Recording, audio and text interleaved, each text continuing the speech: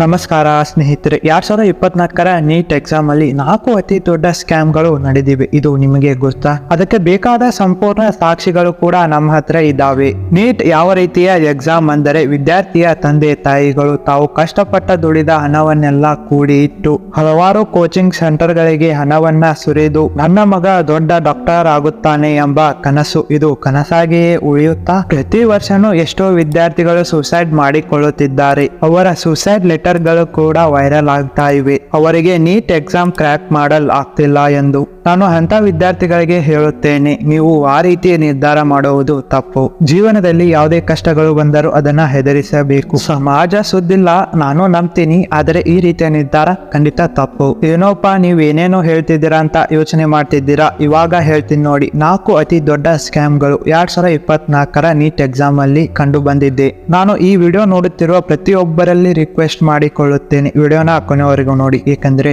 ತುಂಬಾ neat exams ತುಂಬಾ ಚೆನ್ನಾಗಿ ನಡೆಯುತ್ತಿವೆ, ಅಂದರೆ ಅದು ನಿಮ್ಮ ಕಲ್ಪನೆ. ಬನ್ನಿ ಇವತ್ತಿನ ವಿಡಿಯೋನ ಸ್ಟಾರ್ಟ್ ಮಾಡೋಣ.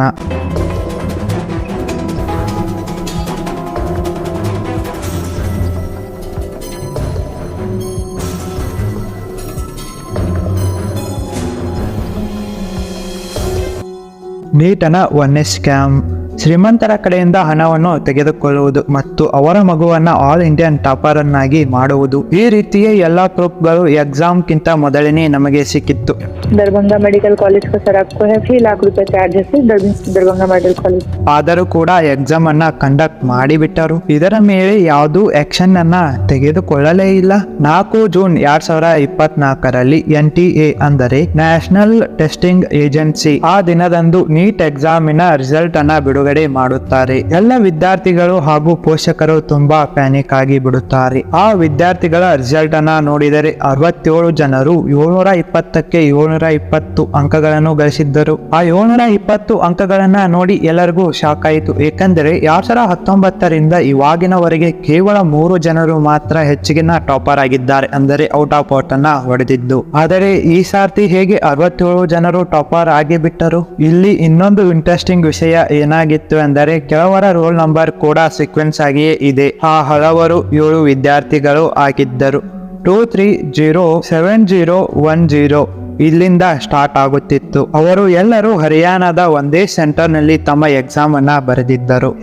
ನೀವೇ ಹೇಳಿ, ಇಷ್ಟೊಂದು ಇನ್ಸಿಡೆಂಟ್ ಆಗಲು ಸಾಧ್ಯನಾ? ಇದು ನೀಟ್ ಅಂತಹ ಎಕ್ಸಾಮ್, ಇದು ಫ್ಯಾನ್ ಇಂಡಿಯಾ ಲೆವೆಲ್ ನಡೆಯುತ್ತದೆ. ಇನ್ನು 2ನೇಯ ಸ್ಕ್ಯಾಮ್, ಅದೇ ಕ್ವಶನ್ ಪೇಪರ್ ಲೀಕ್ ಆಗುವುದು. ಈ ಸ್ಕ್ಯಾಮ್ ಹೇಗಾಗ್ಬಿಟ್ಟಿದೆ ಎಂದರೆ ಎಲ್ಲಾ ಕಡೆನೂ ಕಾಮನ್ ಆಗ್ಬಿಟ್ಟಿದೆ. ಈ ಸ್ಕ್ಯಾಮೇ ಅನ್ನಕ್ಕಾಗ್ತಿಲ್ಲ, ಇರ್ಲಿ ಬಿಡಪ್ಪ ನಮ್ದು ಕ್ವಶನ್ ಪೇಪರ್ ಸ್ಕ್ಯಾಮ್ ಆಗಿತ್ತು, ಈ ರೀತಿಯ ಭಾವನೆ ಹುಟ್ಟುವವರೆಗೆ ಈಗ ಕ್ವಶನ್ ಪೇಪರ್ ಲೀಕ್ ಆಗ್ತಾ ಇವೆ. ನೀವು ಯಾವುದೇ ಎಕ್ಸಾಮ್ ಅನ್ನ ತೆಗೆದುಕೊಳ್ಳಿ, ಅಲ್ಲಿ ಈ ಸ್ಕ್ಯಾಮ್ ನಡೆಯುವುದು ಕಾಮನ್ ಆಗಿ ಬಿಟ್ಟಿದೆ. ಇಂಡಿಯಾದ ಹಲವು ಇಂಟರ್ನ್ಯಾಷನಲ್ ಲೆವೆಲ್ ಎಕ್ಸಾಮ್ ಲೀಕ್ ಆಗುವುದು ಇದೇನು ನಮಗೆ ಹೊಸದೇನಲ್ಲ. 2017 ನೀಟ್ ಪೇಪರ್ ಅಲ್ಲಿ ಕೂಡ ಇದೇ ರೀತಿಯಲ್ಲಿ ಆಗಿತ್ತು. ಡೆಲ್ಲಿ ಪೊಲೀಸರು 2 ಜನರನ್ನ ಅರೆಸ್ಟ್ ಕೂಡ ಮಾಡಿದ್ದರು. ಅವರು ನೀಟ್ ಎಂಟ್ರೆನ್ಸ್ ಎಕ್ಸಾಮಿನ ಸರ್ವರ್ ಅನ್ನೇ ಹ್ಯಾಕ್ ಮಾಡಿ ಬಿಟ್ಟಿದ್ದರು ಪೇಪರ್ ಲೀಕ್ ಅನ್ನ ಮಾಡಲು. ಆದರೆ ಈ ವರ್ಷ ನಡೆದಿರೋದು ಅದಕ್ಕಿಂತ ದೊಡ್ಡ ಸ್ಕ್ಯಾಮ್ ಅಂತಾನೆ ಹೇಳ್ತೀನಿ. ಟೈಮ್ಸ್ ಆಫ್ ಇಂಡಿಯಾದ ಪ್ರಕಾರ ನೀಟ್ ಎಕ್ಸಾಮ್ ಕ್ವಶನ್ ಪೇಪರ್ 20 ದಿನಗಳ ಮುಂಚೆನೆ ಲೀಕ್ ಆಗಿತ್ತು ಅಂತೆ. ಅದಕ್ಕೆ ಪಾಟ್ನಾದ ಪೊಲೀಸರು 13 ಜನರನ್ನ ಬಂಧಿಸಿದ್ದರು.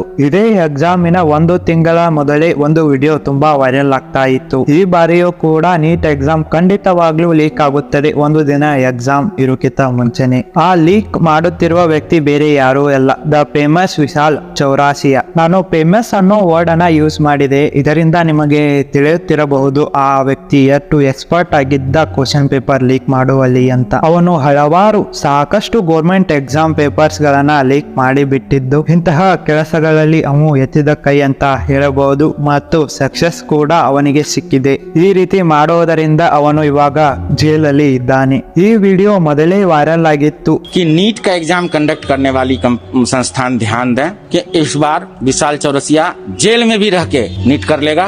ಆದರೂ ಕೂಡ NTA ದವರು ಯಾವ ಕ್ರಮವನ್ನು ಕೂಡ ತೆಗೆದುಕೊಳ್ಳಲಿಲ್ಲ. ಏಕೆ? ಇಷ್ಟೆಲ್ಲ ಹೇಳಿದ ಪ್ರೂಫ್ಗಳು ಕಡಿಮೆ ಅನಿಸುತ್ತಿದೆನಾ? ಇನ್ನೊಂದು ತಗೊಳ್ಳಿ, ಈ ಟೆಲಿಗ್ರಾಮ್ ಸ್ಕ್ರೀನ್ ಶಾಟ್ ಅನ್ನ ನೋಡಿ. ಇಲ್ಲಿ ವಿದ್ಯಾರ್ಥಿಗಳಿಗೆ ಹೇಳಲಾಗ್ತಾ ಇದೆ 48 ಅವರ್ಸ್ಗಳು ಮಾತ್ರ ಉಳಿದಿದೆ, ನೀವು ಬೇಗನೆ ಪೇಪರ್ ಅನ್ನ ತೆಗೆದುಕೊಳ್ಳಿ ಎಂದು. ಈ ರೀತಿ ಕೇಳುವ ಮಟ್ಟಿಗೆ ತಮ್ಮ ಪ್ರಾಡಕ್ಟ್ಸ್ ಗಳನ್ನ ಮಾರಾಟ ಮಾಡ್ತಾರಲ್ವಾ, ಆ ರೀತಿ ಕ್ವಶನ್ ಪೇಪರ್ ಅನ್ನ ಮಾರಾಟ ಮಾಡುವುದು ವಾ. ಇದರ ಹಿಂದೆ ಇರುವವರಿಗೆ ಸ್ವಲ್ಪನಾದ್ರೂ ನಾಚಿಕೆ ಬರುತ್ತಾ? ಈ ರೀತಿ ಮಾಡಲಿಕ್ಕೆ ನಿಮಗೆ ಹೇಗಾದ್ರೂ ಮನಸ್ಸು ಬಂತು? ವಿದ್ಯಾರ್ಥಿಗಳ ಜೀವನ ಜೊತೆ ಆಟವಾಡುತ್ತಿದ್ದೀರಲ್ವಾ, ನಿಮಗೇನು ಅನ್ಸಲ್ವಾ? ಬನ್ನಿ ಇನ್ನು ಮೂರನೇ ಸ್ಕ್ಯಾಮ್ ಬಗ್ಗೆ ತಿಳಿಸಿಕೊಡ್ತೀನಿ. ಇದು ಏನಂತ ಕೇಳ್ತೀರಾ? ಇದೇ ನೋಡಿ ಸೆಂಟರ್ ಹೈಜಾಕ್. ಶ್ರೀಮಂತ ವಿದ್ಯಾರ್ಥಿಗಳ ಪೇರೆಂಟ್ಸ್ ಗಳು ಲಕ್ಷಗಟ್ಟಲೆ ಹಣವನ್ನ ಕೊಟ್ಟು ಒಂದು ಸೆಂಟರ್ ಅನ್ನ ಬುಕ್ ಮಾಡುತ್ತಾರೆ, ಏಕೆಂದರೆ ಅವರ ಮಕ್ಕಳು ಸೆಂಟರ್ ನಲ್ಲಿ ಪೇಪರ್ ಅನ್ನು ಬರಲಿಕ್ಕೆ ಹೋದಾಗ ಆ ಸೆಂಟರಿನ ಓನರ್ ಎಕ್ಸಾಮ್ ಕ್ಲಿಯರ್ ಮಾಡಿಸಿ ಕೊಡುತ್ತೇನೆ ಎಂದು ಭರವಸೆಯನ್ನ ನೀಡಿರುತ್ತಾನೆ. ಗುಜರಾತಿನ ಗೋದಾರ ಜೈ ಜಲರಾಮ್ ಈ ಸ್ಕೂಲ್ ಸೆಂಟರಿನ ಮಾಲೀಕ ಈ ರೀತಿ ಮಾಡಿದ್ದು ಎಂದು ಹೇಳಲಾಗ್ತಾ ಇದೆ. ಇದೇ ರೀತಿಯಲ್ಲಿ ಎಷ್ಟೊಂದು ಸೆಂಟರ್ಗಳು ಬುಕ್ ಆಗಿರಬಹುದು. ಈ ವಿಚಾರ ಕೋರ್ಟಿಗೆ ಗೊತ್ತಾಗುತ್ತದೆ. ಕೋರ್ಟಿಗೆ ಹೇಗೆ ಗೊತ್ತಾಗುತ್ತದೆ? ದಾಲ್ ಮೇ ಕುಚ್ ಕಾಲಾ ಹೈ. ಕೋರ್ಟದವರು ಅಬ್ಸರ್ವ್ ಮಾಡುತ್ತಾರೆ, ಆ ಪರ್ಟಿಕ್ಯುಲರ್ ಸೆಂಟರಿಗೆ 16 ಬೇರೆ ಬೇರೆ ಸ್ಟೇಟ್ ಗಳಿಂದ, ಒಡಿಶಾ, ಜಾರ್ಖಂಡ್, ಕರ್ನಾಟಕದಿಂದನೂ ಕೂಡ ಹಲವು ವಿದ್ಯಾರ್ಥಿಗಳು ಇಲ್ಲಿಂದ ಅಲ್ಲಿ ಪೇಪರ್ ಬರೆಯಲಿಕ್ಕೆ ಹೋಗಿದ್ರಂತೆ. ಇವಾಗ ನಾನು ಒಂದು ಎಕ್ಸಾಮ್ ಕಟ್ಟಿದ್ದೀನಿ ಅಂತ ತಿಳಿದುಕೊಳ್ಳಿ. ನಾನು ಎಕ್ಸಾಮ್ ಬರೀಲಿಕ್ಕೆ ಸೆಂಟರ್ ಚೂಸ್ ಮಾಡೋದು ನನ್ನ ಮನೆಯ ಅಕ್ಕಪಕ್ಕ ಅಥವಾ ನನ್ನ ಊರಿನ ಅಕ್ಕಪಕ್ಕ. ಆದರೆ ನಾನು ಇಲ್ಲಿಂದ ಸಾವಿರಾರು ಕಿಲೋಮೀಟರ್ ದೂರದಲ್ಲಿರುವ ಸೆಂಟರಿಗೆ ನಾನು ಅಲ್ಲಿಯವರೆಗೂ ಏಕೆ ಹೋಗಲಿ? ಇನ್ನೂ ಕೆಲವರು ಇರ್ತಾರೆ, ನಾವು ಇಲ್ಲಿ ಎಕ್ಸಾಮ್ ಬರೀಲಿಕ್ಕೆ ಹೋಗ್ತಾ ಇದ್ದೀವಿ ಏಕೆಂದರೆ ಆ ಊರನ್ನ ಸ್ವಲ್ಪ ಟ್ರಿಪ್ಪನ್ನಾಗಿ ನೋಡಿಕೊಂಡು ಬರಬೇಕಂತ. ಆದರೆ ನಾವು ಇಲ್ಲಿ ಸ್ಟೇಟ್ ಅನ್ನ ಚೇಂಜ್ ಮಾಡಿರುವುದನ್ನ ನೀವು ಗಮನಿಸಬಹುದು. ಆ ಸೆಂಟರಿನ ಮಾಲೀಕ 10 ಲಕ್ಷ ಹಣವನ್ನ ತೆಗೆದುಕೊಂಡಿದ್ದಂತೆ ಪ್ರೂಫ್ ಆಗಿ ಬಿಡುತ್ತದೆ. ಇದನ್ನ ಒಂದು ಸೈಡ್ ನಲ್ಲಿ ಇಡಿ. ಇನ್ನೊಂದು ಸೆಂಟರಿನ ವಿಡಿಯೋ ವೈರಲ್ ಆಗಿದೆ, ಇಲ್ಲಿ ನೋಡಿ. ಇಲ್ಲಿ ಕ್ಲಿಯರ್ ಆಗಿ ಹೇಳುತ್ತಿದ್ದಾರೆ, ನೀವು ಎಕ್ಸಾಮ್ಗೆ ಬಂದರೆ ಸಾಕು, CCTVಯಲ್ಲಿ ನೀವು ಬರೆಯುವ ಹಾಗೆ ನಾಟಕನ ಮಾಡಿ. ಆ ನಂತರದಲ್ಲಿ ನಮ್ಮ ಎಕ್ಸ್ಪರ್ಟ್ ಗಳು ಬರುತ್ತಾರೆ, ಪೇಪರ್ ನಲ್ಲಿ ನಿಮ್ಮ ಎಲ್ಲ ಆನ್ಸರ್ ಗಳನ್ನ ಫಿಲ್ ಮಾಡಿ ನಿಮಗೆ ಸಹಾಯವನ್ನು ಮಾಡುತ್ತಾರೆ ನೀಟ್ ಎಕ್ಸಾಮ್ ಅನ್ನ ಕ್ಲಿಯರ್ ಮಾಡಲು. बाकी समय में बैठे भी नहीं रहना सर, फिजिक्स या केमिस्ट्री का रफ करते रहना है, क्योंकि 3 घंटे आप CCTV कैमरे की निगरानी में रहते हैं. हमारे एक्सपर्ट वार्मर सीट को फुलफिल करेंगे ताकि आपको गवर्नमेंट कॉलेज में एडमिशन मिल सके. ಇಲ್ಲಿ ಪೂರ್ತಿ ಸ್ಕ್ಯಾಮ್ ಅಲ್ಲಿ ಎಕ್ಸಾಮ್ ಅಲ್ಲಿ 67 ವಿದ್ಯಾರ್ಥಿಗಳಿಗೆ 720 ಮಾರ್ಕ್ಸ್ ತಗೊಂಡಿದ್ದಂತ ನಾನು ವಿಡಿಯೋದ ಸ್ಟಾರ್ಟಿಂಗ್ ಅಲ್ಲಿ ಡಿಸ್ಕಷನ್ ಮಾಡಿದ್ದೆ. ಅದನ್ನ ಬಿಟ್ಟು ಇನ್ನೊಂದು ಸ್ಕ್ಯಾಮ್ ಅನ್ನ ನೀವು ಗಮನಿಸಬಹುದು. ಹಲವಾರು ಮಾರ್ಕ್ ಶೀಟ್ ಅನ್ನ ನೀವು ನೋಡಿದರೆ 718 ಮತ್ತು 719 ಅಂಕಗಳನ್ನ ಪಡೆದಿದ್ದಾರೆ. ನ್ಯಾಚುರಲ್ ಆಗಿ ಈ ರೀತಿ ಅಂಕಗಳನ್ನು ಪಡೆಯುವುದು ನೀಟ್ ಎಕ್ಸಾಮ್ ಅಲ್ಲಿ ಅಸಾಧ್ಯ. ನೀಟ್ ಎಕ್ಸಾಮ್ ಅಲ್ಲಿ ಟೋಟಲ್ ಆಗಿ 180 ಕ್ವಶನ್ಸ್ ಗಳು ಇರುತ್ತವೆ. ಒಂದು ಕ್ವಶನ್ ಗೆ ಆನ್ಸರ್ ಮಾಡಿದರೆ ನಿಮಗೆ 4 ಮಾರ್ಕ್ಸ್ ಗಳು ಸಿಗುತ್ತವೆ. ಅಂದರೆ ಪೂರ್ತಿ ನೀಟ್ ಪೇಪರ್ ಇರುವುದು 770 ಮಾರ್ಕ್ಸ್ ಗೆ. ಈ ಎಕ್ಸಾಮಿನ ರೂಲ್ಸ್ ಏನು ಎಂದರೆ, ಒಂದು ಕ್ವಶನ್ ರಾಂಗ್ ಆದರೆ 1+4 ಮಾರ್ಕ್ಸ್ ಕಟ್ ಆಗುತ್ತವೆ. ಇಲ್ಲಿ ನೆಗೆಟಿವ್ ಮಾರ್ಕ್ಸ್ ಒಂದು ಕ್ವಶನ್ ಗೆ 1 ಮಾರ್ಕ್ಸ್ ಕಟ್ ಆಗುತ್ತದೆ. ಅದೇ ರೀತಿಯಲ್ಲಿ ನಾವು ಒಂದು ಕ್ವಶನ್ ಗೆ ಅಟೆಂಪ್ಟ್ ಮಾಡಲಿಲ್ಲ ಅಂದರೆ ಟೋಟಲ್ ಆಗಿ 4 ಮಾರ್ಕ್ಸ್ ಕಟ್ ಆಗುತ್ತವೆ. ನೀವು ಕ್ವಶನ್ ಅನ್ನ ಅಟೆಂಪ್ಟ್ ಮಾಡದೇ ಬಿಟ್ಟರೆ 716 ಮಾರ್ಕ್ಸ್ ಮ್ಯಾಕ್ಸಿಮಮ್ ಆಗಿ ನಿಮಗೆ ಸಿಗುತ್ತದೆ. ಆದರೆ ನೀವು ಒಂದು ಕ್ವಶನ್ ಗೆ ತಪ್ಪಾಗಿ ಆನ್ಸರ್ ಅನ್ನ ಮಾಡಿದರೆ 715 ಮಾರ್ಕ್ಸ್ ಮ್ಯಾಕ್ಸಿಮಮ್ ಆಗಿ ನಿಮಗೆ ಸಿಗುತ್ತದೆ. ಆದರೆ ಈ ಕೇಸಿನಲ್ಲಿ 718 ಮತ್ತು 719 ಅಂಕಗಳು ಎಲ್ಲಿಂದ ಬಂದವು? ಈ ರೀತಿ ಅಂಕಗಳು ಹಲವು ವಿದ್ಯಾರ್ಥಿಗಳಿಗೆ ನೀಡಿದ್ದಾರೆ. एक स्टूडेंट के 718 नंबर आ रहे हैं जो कि किसी भी कैलकुलेशन से आ नहीं सकते. 718 नंबर, ये तो बहुत ही अजीब चीज हो गई.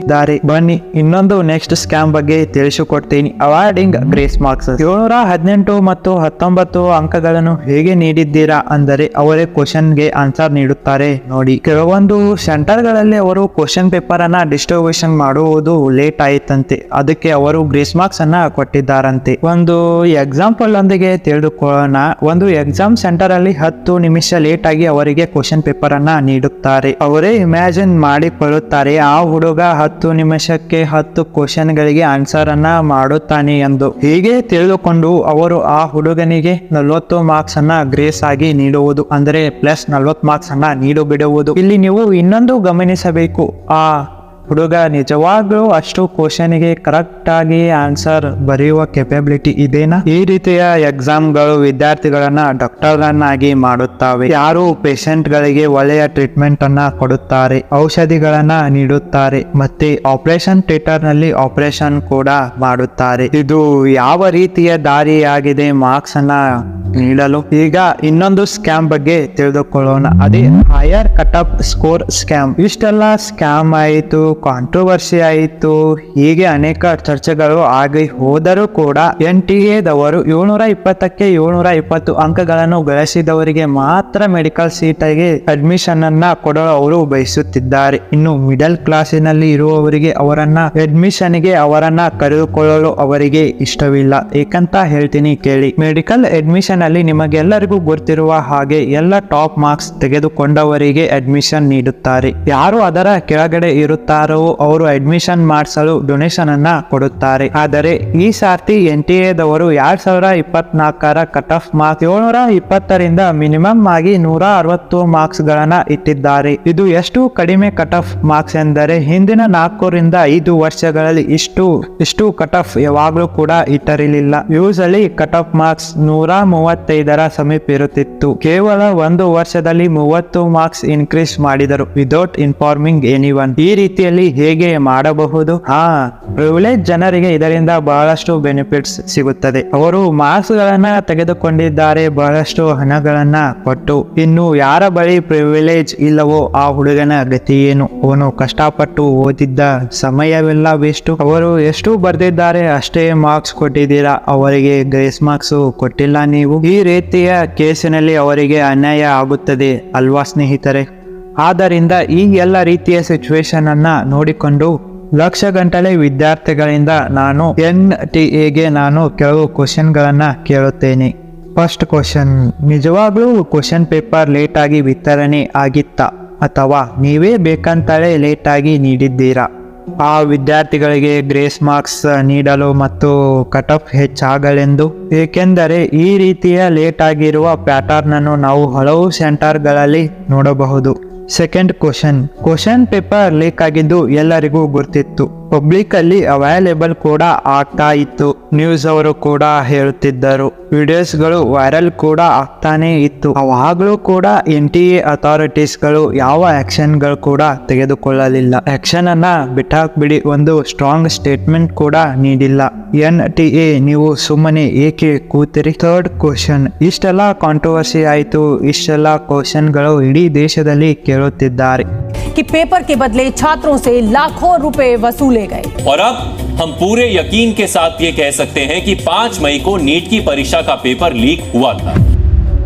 NTA ಮರಳಿ ನೀವು ಎಕ್ಸಾಮ್ ನಡೆಸಬಹುದಾ? ಮರಳಿ ಎಕ್ಸಾಮ್ ಒಳ್ಳೇದೋ ಕೆಟ್ಟದೋ ಅಂತ ಇದಕ್ಕೆ ನನಗೆ ಗೊತ್ತಿಲ್ಲ. ಅವರು ಗ್ರೇಸ್ ಮಾರ್ಕ್ಸ್ ಅನ್ನ ನೀಡುವುದರ ಮೂಲಕ ತಮ್ಮ ತಪ್ಪನ್ನ ಕವರ್ ಅಪ್ ಮಾಡುತ್ತಿದ್ದಾರೆ. ನಾವು ಈ ನೋಬಲ್ ಪ್ರೊಫೆಷನಲ್ ಬಗ್ಗೆ ಮಾತನಾಡುತ್ತಿದ್ದೇವೆ, ಅದೇ ಮೆಡಿಕಲ್ ವಿದ್ಯಾರ್ಥಿಗಳ ಬಗ್ಗೆ. ಇವರು ದೇಶವನ್ನು ನಿರ್ಧರಿಸಲಿದ್ದಾರೆ, ಡಾಕ್ಟರ್ ಆಗುತ್ತಾರೆ, ಜನರ ಪ್ರಾಣಗಳನ್ನು ಉಳಿಸುತ್ತಾರೆ. ಆದರೆ ಸರಿಯಾದ ರೀತಿಯ ಸೆಲೆಕ್ಷನ್ ಆಗದೇ ಇದ್ದರೆ ಅವರು ಆ ಪ್ರೊಫೆಷನಲ್ಗೆ ಅರ್ಹರಾಗುತ್ತಾರಾ? ನಮ್ಮ ದೇಶದಲ್ಲಿ ಏನೆಲ್ಲ ಆಗ್ತಾ ಇದೆ ನೀವೇ ಯೋಚನೆ ಮಾಡಿ. ಇಷ್ಟೆಲ್ಲ ಪ್ರೂಫ್ಗಳು ನಿಮಗೆ ಸಿಕ್ಕಿದೆ ಅಂದರೆ, ನಮ್ಮ ಕಡೆನೆ ಇಷ್ಟೆಲ್ಲ ಎವಿಡೆನ್ಸ್ ಸಿಕ್ಕಿದೆ ಅಂದರೆ ಇನ್ನು ಆ ಅಥಾರಿಟೀಸ್ ಕಡೆ ಸಿಕ್ಕಿರಲು ಸಾಧ್ಯವಿಲ್ವಾ?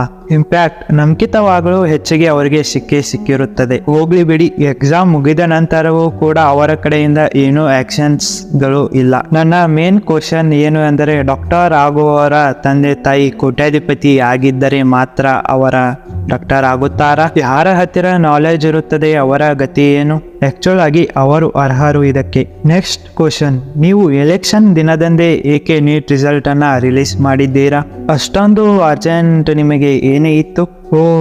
ಎಲೆಕ್ಷನ್ ಗದ್ದಲಲ್ಲಿ ಮುದ್ದಾದ ಹುಡುಗರ ಧ್ವನಿಯನ್ನ ನಾಶ ಮಾಡಲು. ಅಂದರೆ ನಾವು ಎಲ್ಲರೂ ಸೇರಿಕೊಂಡು ಇದಕ್ಕೆ ಧ್ವನಿಯನ್ನ ಎತ್ತಬೇಕು. ಎಲ್ಲರಿಗೂ ಕೂಡ ಈ ಜಸ್ಟಿಸ್ ಬಗ್ಗೆ ಹೇಳಬೇಕು. ಎಲ್ಲಾ ವಿದ್ಯಾರ್ಥಿಗಳಿಗೂ ನ್ಯಾಯ ಸಿಗಲೇಬೇಕು. ನನ್ನ ಒಂದು ವಿಡಿಯೋದಿಂದ ಅವರಿಗೆ ನ್ಯಾಯ ಸಿಗುತ್ತದೆ ಇಲ್ಲೋ ಅಂತ ಗೊತ್ತಿಲ್ಲ, ಆದರೆ ನನ್ನ ಕಡೆಯಿಂದ ಆದಷ್ಟು ಪ್ರಯತ್ನವನ್ನ ನಾನು ಪಟ್ಟಿದ್ದೇನೆ. ಇವಾಗಲೇ ಈ ಹ್ಯಾಶ್ಟ್ಯಾಗ್ ಅನ್ನ ಕಮೆಂಟ್ ಮಾಡಿ. ನಿಮಗೂ ಕೂಡ ಈ ವಿಷಯ ಇಂಪಾರ್ಟೆಂಟ್ ಅನಿಸಿದರೆ ಇಂಡಿಯಾದ ಇಂಡಿಯಾದ ಭವಿಷ್ಯವನ್ನ ಉದ್ಧಾರ ಮಾಡಲು ಎಷ್ಟು ಆಗುತ್ತೆ ಅಷ್ಟು ಜನರಿಗೆ ಅವೇರ್ನೆಸ್ ಅನ್ನ ಹರಡಿಸಿ ವಿಡಿಯೋವನ್ನ ಶೇರ್ ಮಾಡಿ. ಇದು ನನ್ನಂತ ಒಬ್ಬ ಯೂಟ್ಯೂಬರ್ ಇಂದ ಮಾತ್ರ ಸಾಧ್ಯವಿಲ್ಲ. ನಿಮ್ಮಂತ ಸಾಮಾನ್ಯ ಜನರು ನಮ್ಮ ಹತ್ತಿರ ಇರಲೇಬೇಕು. ಇದರ ಹಿಂದೆ ಅಡಗಿರುವ ಎಲ್ಲರನ್ನೂ ಕೂಡ ಅರೆಸ್ಟ್ ಮಾಡಲೇಬೇಕು, ಅಧಿಕಾರಿಗಳನ್ನು ಕೂಡ. ಇಲ್ಲಿವರೆಗೂ ನಿಮ್ಮ ಅಮೂಲ್ಯವಾದ ಸಮಯನ ಸ್ಪೆಂಡ್ ಮಾಡಿದ್ದಕ್ಕೆ ತುಂಬಾ ಧನ್ಯವಾದಗಳು. ವಿಡಿಯೋ ಇನ್ಫಾರ್ಮೇಟಿವ್ ಅನಿಸಿದರೆ ಆದಷ್ಟು ಜನರಿಗೆ ಶೇರ್ ಮಾಡಿ. ಈ ಟಾಪಿಕ್ ಇಷ್ಟವಾದರೆ ಲೈಕ್ ಮಾಡಿ, ಜೊತೆಗೆ ಸಬ್ಸ್ಕ್ರೈಬ್ ಮಾಡೋದನ್ನ ಮರೆಯಬೇಡಿ. ಈ ರೀತಿಯ ಹಲವು ವಿಡಿಯೋಗಳು ನಿಮಗೆ ಈ ಚಾನಲ್ನಲ್ಲಿ ಸಿಗ್ತಾ ಇರ್ತವೆ. ನನ್ನ ಚಾನಲ್ ಅನಾಲಿಟಿಕ್ಸ್ ಅನ್ನ ನಿಮಗೆ ತೋರಿಸ್ತೀನಿ. ಇಲ್ಲಿ ನೋಡಿ ಸ್ನೇಹಿತರೆ, ವ್ಯೂಸು ಬರ್ತಾ ಇದೆ, ಆದರೆ ಸಬ್ಸ್ಕ್ರೈಬರ್ಸು ತುಂಬಾ ಕಡಿಮೆ. ದಯವಿಟ್ಟು ಸಬ್ಸ್ಕ್ರೈಬ್ ಮಾಡಿ, ನಮಗೆ ಮೋಟಿವೇಶನ್ ಸಿಗುತ್ತದೆ. ಈ ರೀತಿಯ ಹಲವು ವಿಡಿಯೋಗಳನ್ನ ನಾನು ನಿಮಗೋಸ್ಕರ ಮಾಡ್ತಾನೆ ಇರ್ತೀನಿ. ಬಾಯ್ ಬಾಯ್.